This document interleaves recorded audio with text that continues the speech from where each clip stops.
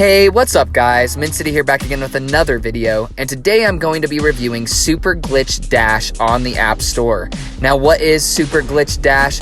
This is a first-person perspective runner/platformer game.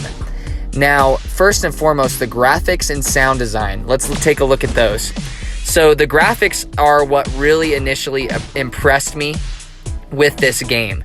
There's tons of variety in this game. There's desert mountains or like desert canyons.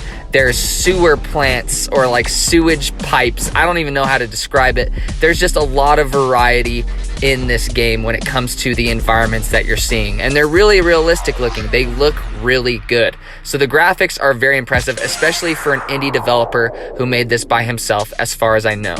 Now, he is active on the subreddit, so you guys could ask him questions about this game as well. It's in the iOS gaming subreddit, so make sure to check that out if you have any questions. Now, the sound design. Each level of this game has a different graphical look, as well as its own song or music that accompanies it, which is very impressive. There's a lot of variety with its music as well. It is high pace to go with the parkour pace. And so each song is really good, and I feel like it really matches the aesthetic of each level too.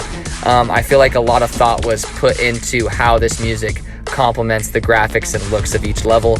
So it's really good, and it's some of the music I found myself kind of humming it a little bit after I already hopped off the game, which is always a good sign. So music and sound design pass with flying colors in my opinion.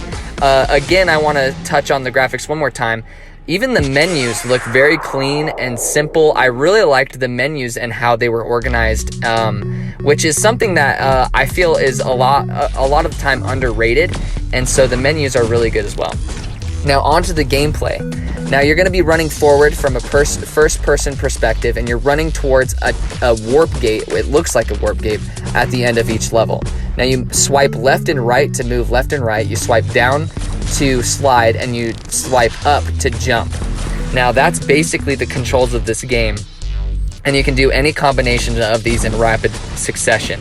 Now, there's going to be a lot of obstacles. There's going to be lasers being fired at you. There's crates in front of you. There's hammers. There's spikes. There's pitfalls, stuff of that nature that you have to avoid and in order to make it to the warp gate at the end of the level. Now, there's collectibles on the way of each of these levels, and there's diamonds that you have to collect, which there's 5 in each level. There's 1 crown in each level that you have to get as well, and then there's these little coins that you can collect as well, or I would say dots. They look like Pac-Man dots.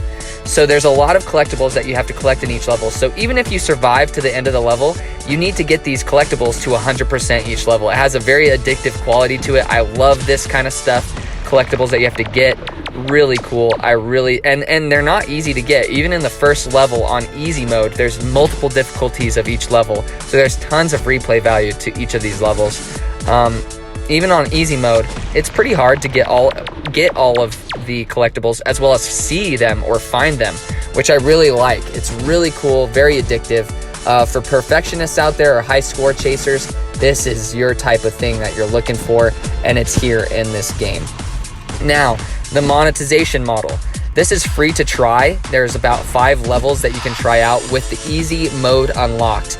Now, after you complete all of those and play all of those, then you have to decide whether or not you want to purchase it, and you purchase it for $4.99 to unlock all of the levels, unlock all the difficulty levels, and different game modes as well. So there's a lot to be had with this purchase, and it's a premium experience. There's no in-app purchases after you buy that. There's no ads, none of that, which I really agree with. I think this is the best way to do a free-to-try model. Very impressed with that, and I highly suggest it. I think it's worth the $4.99 price tag. There's a lot of levels, a lot of difficulty levels, a lot of things to collect, and 100% for you perfectionists out there, or you collectors out there.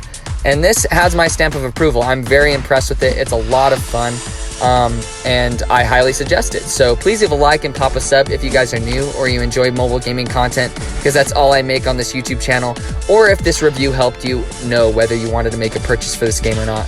Again, the link is going to be in the description below. Let me know what your guys' favorite parkour or platformer on iOS is. My favorite would probably have to be Time Crash. Time Crash is a first-person perspective parkour runner as well, with a cool time mechanic thrown in.